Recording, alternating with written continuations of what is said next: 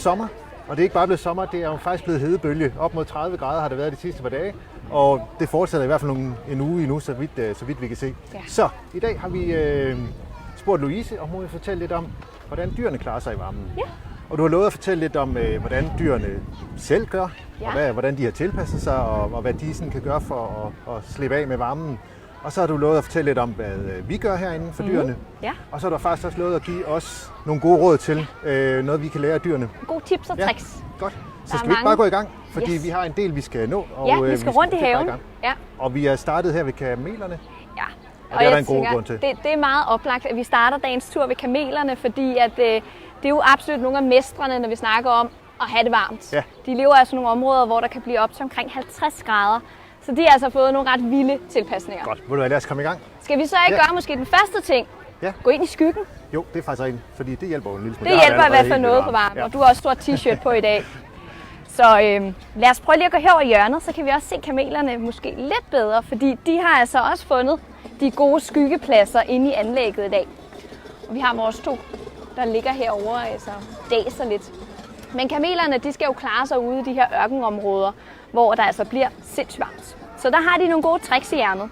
Nogle af dem er det ikke, vi kan ikke efterligne dem, fordi at det er sådan nogle fysiske tilpasninger, men de er alligevel ret seje. Så dem kan vi måske alligevel lige kigge på. Når nu vi kigger på kamelen, så kan man ret tydeligt se, at han er lidt langt væk nu, men måske har jeg været heldig at se en kamel lidt tættere på et tidspunkt, at de har nogle meget aflange næsebor, som de kan lukke i, hvis nu at det skulle komme en varm vind, men også med en masse sand i, fordi de er så ude i ørkenen. Og så har de lange øjenvipper, som kan også beskytte dem imod sand, og en masse hår i ørerne. Så jeg tænker, vi kommer ikke lige til at gro hår i ørerne over natten, Jakob. Jeg har alderen til det, men nej, ellers ikke, nej. Så er det ikke sådan noget af det, der opstår alt for hurtigt. Man kan sige, her er der jo heller ikke rigtig nogen blæst af sand, der kommer så meget ind over. Men det er nogle af de ting, de kan. Så sørger de for altid at have en god hård hud under fødderne. Lidt det vedkender vi godt til, hvis nu at man kommer til at gå med bare tæer ude på den varme asfalt, eller i det varme sand, så finder man hurtigt ud af, at man skal ind i skyggen igen, eller ind på badehåndklædet. Og der er kamelerne så smart indrettet, de har altså deres eget lille hornlag under fødderne, så de på den måde ikke brænder sig, når de går i sandet. Og så er de også dejligt brede, så de ikke synker igennem sandet. De fleste af os har nok prøvet her til sommer at være en tur at gå langs vandkanten, og det er faktisk ret hårdt, det er ret god træning, hvis man lige skal ud og motionere lidt og være i sandet, men det klarer de altså også ved, at deres fødder er godt brede. Kan du sige lidt om, fordi nu det kan godt være, det er svært at se her på vores billeder, men de ser jo faktisk en helt skaldet ud. Ja, de ser meget anderledes. Kamelerne er nogle af de dyr, som ser så markant anderledes ud fra sommer til vinter. De har haft deres vinterpels, fordi i naturen der ville de skulle klare sig ned til minusgrader om vinteren, og om sommeren skal de så kunne klare de her høje temperaturer. Så de har altså tabt deres tykke, lækre vinterpels, og er en lille smule, de har fået en lille fin ny pels igen, men for nogle måneder siden, der så, jeg ved ikke om jeg kan sige, de så lidt fæsende ud, om det er lidt strengt at sige. De ser lidt laset ud, ikke? Lidt tyndhudet eller tyndhåret, det ser lidt sjovt ud. Så men nu har de alligevel fået et lille lag, som kan beskytte dem lidt imod solens stråler, men de har tabt den store, tykke vinterfrakke. Så det er ligesom, vi tager t-shirt på i dag og korte shorts, så kan dyrene altså også skifte til en dejlig sommerpels i stedet for. Ja, er der mere ved kamelerne, eller er der nogle andre, jeg tænker sådan noget med at drikke. Det er jo vigtigt, at man drikker en masse på en varm dag, og kamelerne, det er ikke altid, de kan komme i nærheden af noget vand. Men der kan de simpelthen holde på det her vand, det kan de i deres muskler, og ikke i puklerne. Puklerne, det er fedt. Men det er smart, de kan have det i musklerne, og hvis nu de så kommer til et sted, hvor der er vand, så skal det gå hurtigt, fordi de skal simpelthen bare få fyldt depoterne op. Så fungerer det lidt ligesom en svamp. De suger vand til sig, drikker. 100 liter, 10 minutter, bum, så er vanddepoterne fyldt godt op. Kan man sammenligne med mennesker? Ved du, om vi også, hvis vi drikker et stort glas vand, kan det også godt sådan, sætte sig i musklerne? Altså udfordringen med os mennesker, det er, at vi sveder rigtig meget. I modsætning til mange andre pattedyr, så kommer vi hurtigt af med det igen, hvor kamelerne er rigtig, rigtig dygtige til at holde på væsken. Derfor er deres tisser de heller ikke så meget, og det er meget koncentreret deres tis. Det er det også typisk for os mennesker, hvis vi ikke får drukket ordentligt, ikke? Og så har de meget tørre lorte, så de er altså bare generelt bedre til at holde på det, end vi er, fordi vi sveder det af. Så hvis vi lige skal tage på hurtige tips med, inden vi går videre, det er noget med noget skygge, drik godt med vand, ellers mere kamelerne. Det man kunne gøre, det er, at de også tit, spærligt når nu det bliver senere på dagen ude i ørkenen, og sandet bliver lidt køligt, så lægger de sig med deres bug ned imod sandet og bliver kølet af, på samme vis som vi godt kan lide at sætter op af noget, der er sådan lidt koldt. Det her er i hvert fald dejligt koldt, det her jern hernede, ikke? Ja. Så læner man så typisk lidt op af det. Så sæt sig i skyggen, og så kom i kontakt med noget, der er lidt koldt. Der er lidt køligt. Ja. Godt. Så det var altså nogle af mestrene, vi starter med. Nu skal vi videre til nogle af de dyr, som lever lidt mere i nærheden af, hvor vi bor. Eller ikke i nærheden af, hvor vi bor, men ved nogenlunde samme temperatur. Vi skal til nogle dyr, som lever i Australien. Og det er et helt særligt sted i Australien, det er Tasmanien. Og på Tasmanien er der nogenlunde sådan de samme temperaturer, som der er her i Danmark. Det er bare sådan omvendt, så lige nu der har de vinter, og når vi har vinter, så har de sommer. Så lige nu, der kan vi altså se, hvordan at vores tasmanske pungdjævle, som de første, vi skal videre til, de klarer det på sådan en varm sommerdag. Generelt, det siger, at vejret bliver nogenlunde ligesom det gør hos os, så det vil sige, at det kan man ret nemt sammenligne. Det kan man. Nu er det ret varmt herhjemme for tiden, og det vil også være varmt i Tasmanien sådan en dag som i dag. Selvom så det der vil de...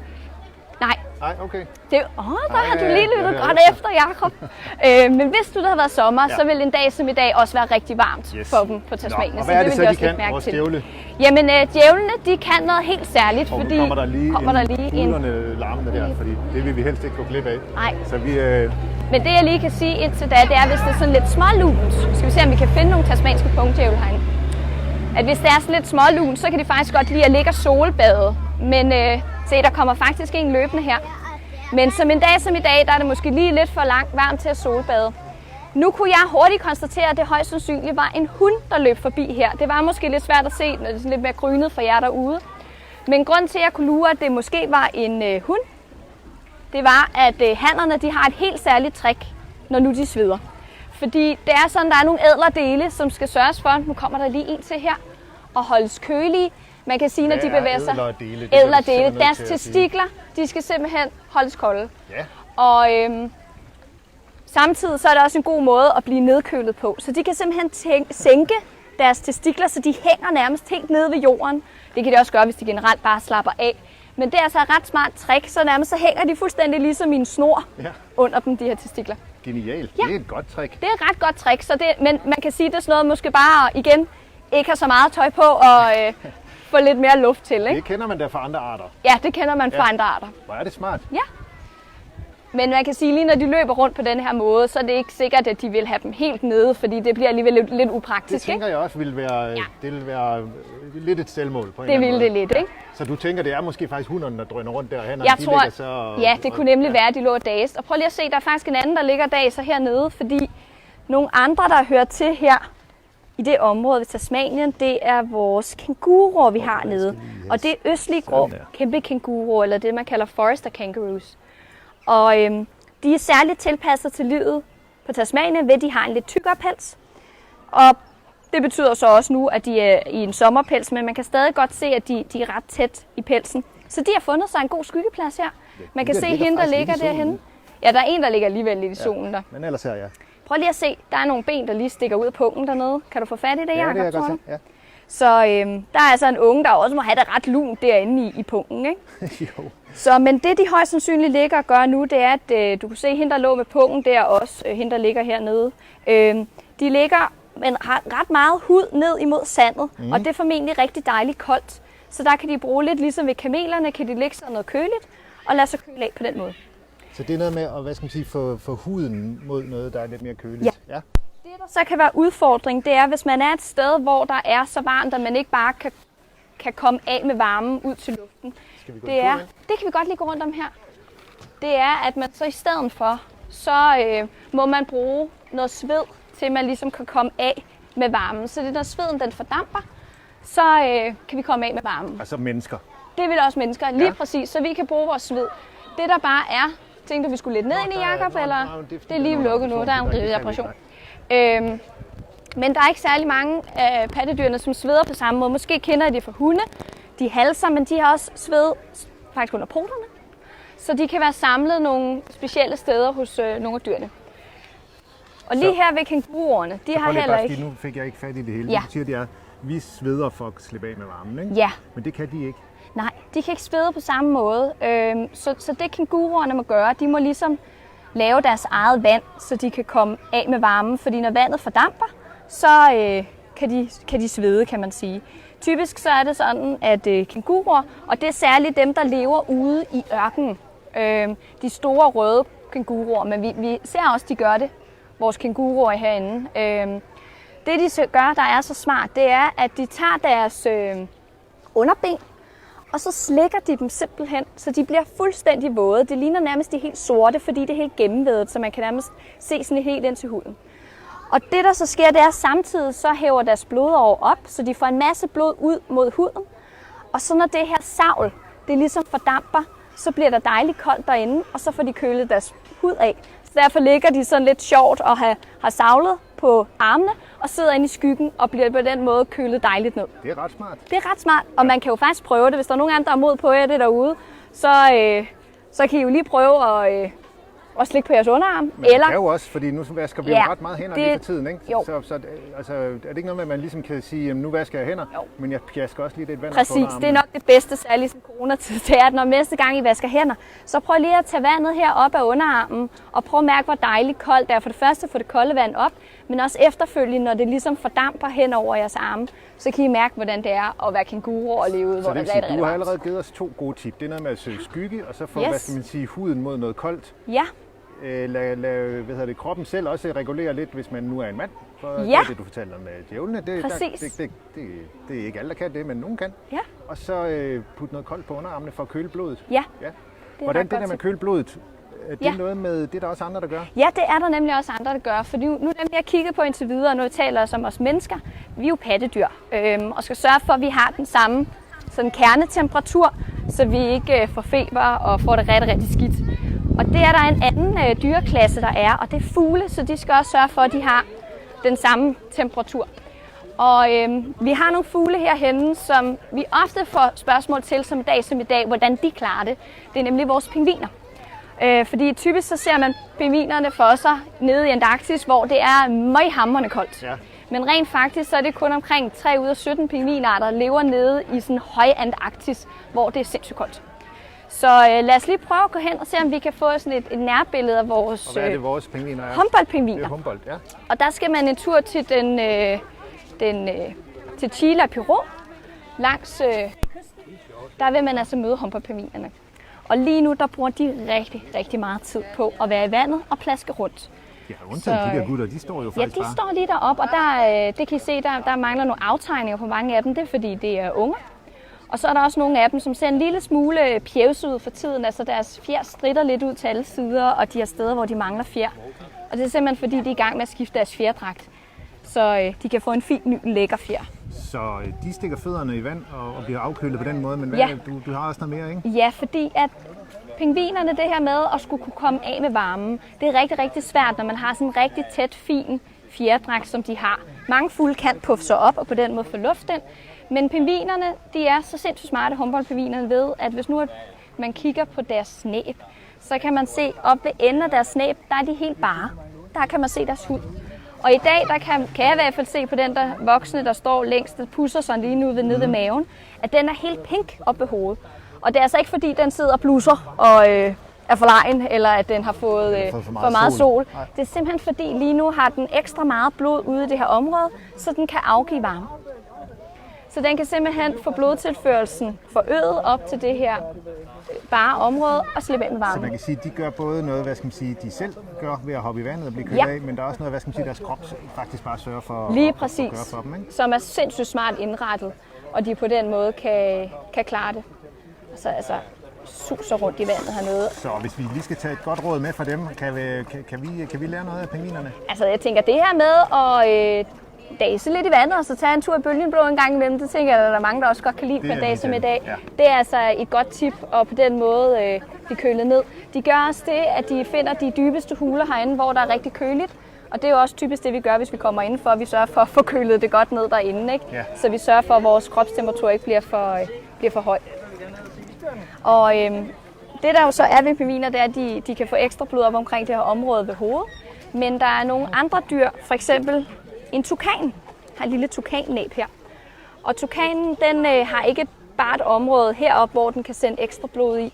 Den kan til gengæld øge dens blodtilførsel ud i næbet. Og normalt, når man ser en tukan, så er det jo nærmest dobbelt så stort næbet, ikke? Det er i hvert fald den, vi har herinde. Ja, den her, den er lille, og det er særligt også det studie, man har lavet, det er på en af de allerstørste tukaner.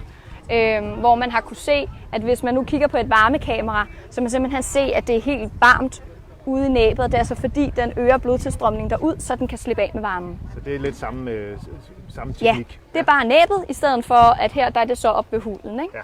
Og på den måde, så kan de komme af med det. Så kan man nogle gange også se fugle halse en lille smule, og der kan de ligesom have sådan de har sådan et ben her nede under tungen, de sådan kan bevæge hurtigt, og på den måde, så kan de få sådan ekstra blodtilførsel ind i munden og slippe af med varmen. Ja, fordi vi snakker også om, at det er fuglene i haven. Kan man nogle gange se det på? Hvad er det, de gør? Ja, altså måske der er nogen af jer, der har lagt mærke til en solsort. Det var i hvert fald ikke så mange dage siden, jeg så en solsort, der lå sådan ude i haven. Og den ligger sådan og kigger op på en og ser ikke særlig rask ud. Men den ligger sådan set, for det første, så er det sådan nogle olier, som bliver sådan lækre, dejligt opløst. Den kan få rundt og få smurt dens fjerdragt ind i. Men man mener også, at når den ligger på den måde, så kan den, hvis den har parasitter på dens fjerdragt, så kan de simpelthen blive slået ihjel. Så det er også på den måde en god måde at sørge for at holde sin fjerdragt lækker, ren og pæn. Så det er altså ikke, fordi den er skvattet sammen med hedeslag nødvendigvis? Så nogle gange så kan solen også være en rigtig god ven, og det er det jo også for os på den måde, at vi får D-vitamin. Vi skal bare lige gøre det i de rette mængder, ikke? Jeg tænkte på, fordi vi ved jo begge to godt, hvor vi skal slutte hen i dag, men jeg tænkte på, at vi kan faktisk lige nå. Man kan se forskel på hunner og hanner, og så har de her armbånd på, så det kommer an på, hvilken side de er på. Fuldstændig rigtigt. Jeg tænkte på, vi ved jo godt, hvor vi skal slutte hen i dag, men faktisk så kan vi lige akkurat nå over og kigge ud over nogle af vores tykhuder. Super godt. Fordi jeg ved jo, at tykhuder, det er jo så typisk elefanter, flodheste og næsehorn. Og det er jo klart, at de har tyk hud, så det giver sig selv. Ja. Nu, hvis nogen skal vi gå den vej ned, Jacob? Er det hurtigt, eller vil du hellere stå og kigge ned deroppe fra? Nej, fordi så står vi heroppe og kigger ud der. Jeg tænker, det er fint, fordi vi skal jo herover bagefter. Ja. Det man kan se lige nu, hvis man er kendt herinde, så kan I se, at vi går i pandaanlægget. Ja. Og vi kan godt sige, at vi vender tilbage hertil. Vi vender tilbage hertil, så man skal ikke føle sig snydt, hvis man tænker, Men vil du ikke lige prøve at sige noget om, fordi en tykhud, det lyder som en, der har det rigtig varmt. Ja, og generelt så de her både elefanter, nu røg kraniet lige her, det kan heldigvis klare lidt af hvert. De er jo lavet til, og elefanterne, det er vores asiatiske elefanter, så de kan klare livet i regnskoven. Og over på savannen, der er flodhesten og næsehornet, de kan også klare ret varme dage. Men de har altså alle sammen nogle teknikker til, hvordan de kan undgå for eksempel at blive solskoldet. Fordi det er også noget, vi skal være opmærksom på en dag som i dag, det er, og en grund til at søge skygge, det er både at få kulde, men det er altså også for at undgå at blive solskoldet. Og der er det altså så smart, at vores kære elefanter, som står lige herinde, de er så rigtig, rigtig glade for at tage et mudderbad. En dag som i dag, og det er vores næsehorn også. Så der vil man typisk se smurt ind i et lækkert tykt mudderlag, eller i sådan frisk sand. Og vores hundelefant Sorin, der står midterst i anlægget herinde, hun har faktisk både hø og sand liggende op på ryggen lige nu. Det er noget, de selv smider på? Ja, og man kan faktisk se vores unge herhenne, han går og kaster sand op, hvordan der er sådan helt støvet ind i anlægget nu. Så det står de altså sørge for at være dækket i det hele tiden. Det smarte ved det her sand eller mudder, når det falder af, særligt hvis det er mudder, det er, at det også fungerer samtidig som en lille body scrub. Hvis der skulle se parasitter, så ryger de ligesom med af. Og så hvis vi er heldige, så ser vi dem jo også hoppe i vandet hernede, elefanter. Men nu du lige er ved det her, så synes jeg, det er lidt sjovt at høre om flodhestene også, fordi nu kigger vi godt nok på elefanterne. Ja. Men der er et eller andet flodhestene, de også kan, de laver deres eget solcreme. Ja, flodhestene, de er sådan ekstra cool på den måde. De behøver jo ikke, de skal ikke gå op og have smurt sig ind i mudder, hvilket er ret smart, når man ligger i vandet. Og vi ved godt, der er rigtig meget refleksion fra solens stråler i vandet. Så der skal man virkelig sørge for at være godt beskyttet. Så det de har, det er, at de har nogle omdannede svedkirtler, som er blevet til nogle slimkirtler. Så de laver simpelthen en slim. Og det er ikke så ulækkert, som det kan lyde, når det er slim, men det er sådan en fin, lidt lyserød væske, så derfor kan de typisk se sådan lidt lyserød omkring ører og de lidt lyse områder i hovedet. Og den fungerer både som solcreme, men den kan rent faktisk også fungere som sådan en anti-insektmiddel, så det er sådan så insekterne ikke kommer og bider. Og den kan også være sådan lidt som en lotion, altså det er sådan en creme, så den sørger for, at den har en blød hud. Og samtidig så kan den også beskytte imod sådan bakterieinfektioner og sådan noget. Så hvis flodhestene skal lære os noget, hvad er det så? Så er det at huske hele tiden vedligeholde både solcreme og måske også en god aftersun vil også være godt. Der kan de så bare det hele på en gang, ikke? Ja. Og så... Ved du hvad, vi skal videre, for vi har en aftale med dyrepasser Mette lige om et par minutter. Det jeg kan sige på vej ned, skal jeg lige fortælle videre ved de her kære elefanter, fordi til at starte med, der kan de ikke helt styre denne her snabel, de unge. Så der benytter de sig altså det, at de stiller sig op af mor og står i skyggen bag hende. Fordi den der snabel, den skal de altså lige lære at styre, hvad de skal bruge den til. Det er også noget med at søge skygge. Så nu vores asiatiske elefanter, de har ikke så store ører. Nej. I forhold til os har de, men ikke i forhold til de afrikanske elefanter. Men hvordan er det, de bruger ørerne? Altså ørerne, de kan bruges lidt på samme måde, når altså det her med, at de kan øge blodtilførselen ude i områder, hvor de kan komme af med varmen. Der er det særligt de afrikanske, der får masser af udvidet blodårene i ørerne, og så står de også og vifter med dem, så de får lækker vind på. Og så kan de faktisk samtidig, fordi det her med at have noget vand på, der fordamper samtidig, hjælper med at blive kølet ned. Så der har man kigget på nogle elefanter ude i Namibias ørken, og set, at de lige pludselig har sprayet vand på deres ører. Og det har man undret sig rigtig meget over, fordi de har ikke været i nærheden af noget vand i flere dage. Og så har man undersøgt det lidt nærmere og fundet ud af, at de faktisk har en lille lomme om bag tungen, hvor der kan være over 4 liter vand i. Så de kan suge vand i snablen, og så kan de bare ud over begge ører, og så blafre dem og blive kølet ned. Genialt. Det er saksgis med genialt. Ikke? Men Louise, der er jo mange gode historier om det her, ikke? Og vi når ikke dem alle sammen, men vi to, vi ved jo godt, hvad der virker allerbedst, når det gør vi. Og vi har jo forberedt lidt til pandaerne. Ja. Jeg henter det lige, så hvis du låner den her, går i forvejen ned, så kommer jeg styrtende efter. Det gør jeg lige. Så kan jeg lige fortælle lidt om, hvor nu skal vi jo ind ned til pandaerne hernede. Vi går ned, hvor vores hanpanda er. Og pandaerne er nogle af de dyr, som har det rigtig, rigtig varmt en dag som i dag. Man tænker typisk, når man ser pandaerne, fordi man er vant til at se dem i Kina, associeret med Kina, at så må de der leve, hvor der er varmt. Men de er rent faktisk på bjergskråningerne og kan på den måde regulere, hvorhen de er oppe ad bjerget, også afhængig af, hvilken årstid der er. Så pandaerne, det er nogle af de dyr, som vi skal sørge for, at bliver kølet godt ned, når nu det er sommer. Så nu står jeg hernede ved pandaerne, og jeg har både Mette og jeg har Jeanette her. Og Mette og Jeanette, det er dem, som passer pandaerne herinde i dag. Og vi har været så heldige, at vi får lov til lige om lidt at komme lidt ind til dem. Og så skal vi se, hvordan at vores net, det dur, når nu vi kommer ned under ved det her betonloft, men må ikke det går. Så udover den overraskelse, vi er med i dag, Jakob, der var du også. Ja, vil du overtage det? Det vil jeg gerne. Så er det så smart installeret, at vi ude i anlægget, der har vi nogle sten, som om vinteren kan blive varme, men om sommeren, der kan de blive kolde. Så der kan pandaen lægge sig op af de her kolde sten. Og så vil vi også gerne hjælpe dem med at få lidt ekstra kulde ind ved, at vi har sådan et dysesystem. Hvad kalder man det? Det kalder ikke dysesystem. Hvad kalder man det, Jacob? Et sprinklersystem, ja. Ligesom der nogle gange er grøntafdelingerne, ikke? Så er det hernede under halvtaget, der hvor der er skygge, så pandaen kan blive kølet ned ved at gå ind i det. Nå, men hvad er det så, vi har til pandaerne, som jo i virkeligheden er det allerbedste våben mod? Jeg synes næsten, Jacob, du skal sige, hvad har du mest lyst til, når det er en rigtig, rigtig varm dag, at køle dig ned med? Nu skal du ikke sige en kold øl. Nej, så har jeg mest lyst til at smide af tøjet og putte min hud mod noget køligt. Ja. Og så selvfølgelig spise en is. Yes. Og ved du hvad? Is. Bambusis, det er lige præcis det, vi har gjort klar i dag til vores pandaer. Så vi har lavet nogle bambuspinde og fyldt en masse lækre æblestykker ind i og så vand i, fordi pandaerne, de spiser jo bambus. Omkring 99% af deres kost er bambus. Men vi bruger også æbler til, når vi træner dem. Det er det rigtig glade for. Og som dyrepasser siger, det skal være Pink Lady. Ellers så for surt, det der danske æbler der. Pink Lady, det kører. Og det er der altså også inde i de her is, som vi skal have givet pandaerne i dag. Det er godt. Så det er en special treat. Og jeg hørte lige, du advarede lidt mod forbindelsen derinde, så nu ved I i hvert fald, at hvis den lige hakker lidt, så er det altså fordi, at vi går ind i under noget beton. Men lad os se, om ikke det går. Må ikke det går. Klar. Godt, jeg følger bare i hælene med dig. Det lyder bare godt. Hej med jer. Er I klar til, at vi kommer med ind med dagens lille lækre ration af is? Og pandaen er også klar. Pandaen er klar. Nu må vi se, hvor meget man kan høre, hvad Mette og Jeanette siger nu her, ellers så gentager jeg. Ja. Så det er hannen, vi skal ind til. Shinger. Ja, så går vi ind for, men I kan sagtens kigge med igennem ruden her. Det er... Ja, det gør det. Yes. Vi har lige lavet dem i den her lille flamingokasse i dagens anledning, så det er ikke blevet for tøet på vejen hernede. Ikke? Er så fine. Det var godt. Værsgo med det. Ja, så må vi se, hvad han siger til det. Han er klar, så vi går i krig med det samme.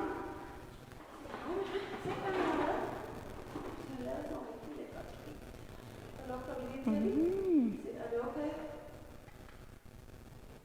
Så skræller vi. Åh. Har du noget andet med? Nogle gange skal vi lige startes. Så han gør det samme med dem, som han vil gøre med en rigtig bambus. Så lige skræller den først. Uha.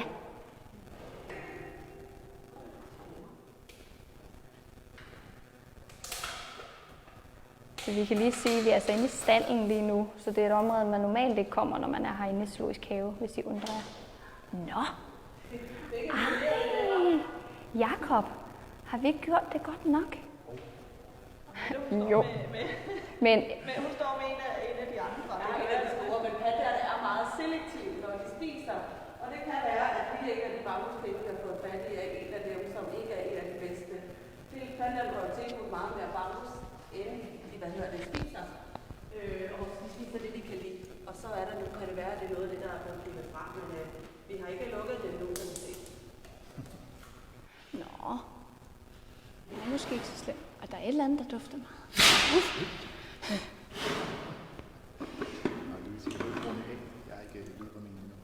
Jo, det kan jeg godt.